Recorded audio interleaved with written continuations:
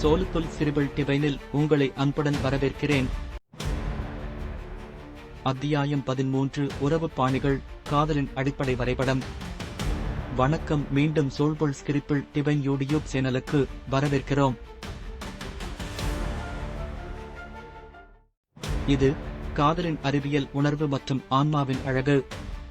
இன்றைய அத்தியாயத்தில் நாம் ஒரு ஆழமான உண்மையை ஆராயப் போகிறோம். அதுதான் உறவு பாணிகள், நம் காதலின் ஒவ்வொரு முடிவையும் அமைக்கின்ற அடிப்படை வடிவம்.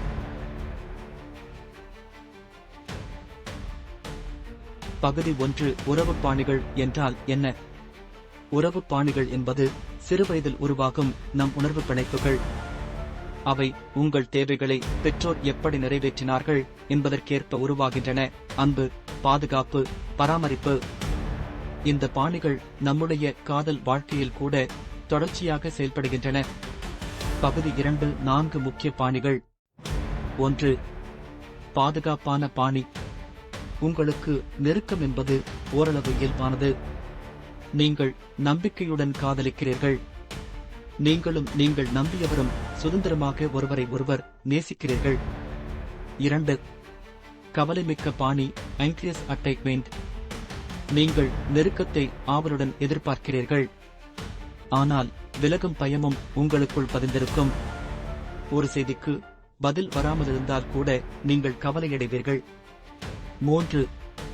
தவிர்க்கும் பாணி. நீங்கள் சுயாதீனத்தை விரும்புகிறீர்கள். நெருக்கம் உங்களை அச்சுறுத்துகிறது. உணர்வுபூர்வமான நெருக்கம் வந்தால் தாங்கள் தூரமாகிவிடலாம். 4. குழப்பமான பாணி. பயமும் விருப்பமும் கலந்த உணர்வு. அன்பை விரும்புகிறீர்கள், ஆனால் அதே நேரத்தில் அதை அச்சுறுத்தலாக உணர்கிறீர்கள். நெருக்கம், பின்வாங்கல், இதற்கெல்லாம் இடையே நீங்கள் சிக்கிக் கொண்டிருப்பீர்கள். பகுதி 3. இது ஏன் முக்கியம்? இந்த பாணிகள் உங்கள் எதிர்காலத்தை நிர்ணயிக்கவில்லை, ஆனால் அதன் வழியை காட்டுகின்றன. நீங்கள் உங்கள் பாணியை உணர்ந்தால் உங்களுடைய உணர்வுகள், தேவைகள், பயங்கள் இவற்றை புரிந்து கொள்வீர்கள். அந்த புரிதல்தான் உங்களை மீட்டெடுக்கும் முதல் படி.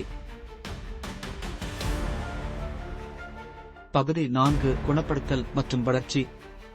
இது எல்லாம் கற்றுக்கொள்ளக்கூடியது. நீங்கள் விழிப்புடன் வாழ்ந்தால் உறவுகளில் பாதுகாப்பான பாணிக்கு மாறலாம்.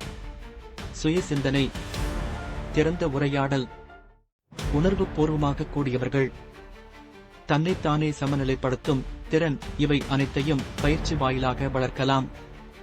காதல் என்பது வெறும் கவிதையல்ல, அது உளவியல், அது உயிரியல், அது உங்கள் கதையின் ஒரு பகுதியாகும். உங்கள் உறவு பாணியை நீங்கள் அறிந்தால் உங்கள் காதல் கதையை புதிய அடிச்சுவடுகளில் எழுதலாம். இந்த அத்தியாயம் உங்களை உங்கள் உள்ளத்துடன் அதிகமாக இணைத்திருந்தால் சோல்புல் ஸ்கிரிப்பிள் டிவைன் சேனலுக்கு இணையுங்கள், பகிருங்கள். அடுத்த அத்தியாயத்தில் நாம் பேசப் போகிறோம் புகழ்பெற்ற காதல்களின் பின்னால் இருக்கும் அதிசயமான வேதியியல். அவரை நேசிக்கும் போது உங்களை மறக்க வேண்டியதில்லை. நேர்மையாக நேசியுங்கள், உண்மையுடன் வாழுங்கள்.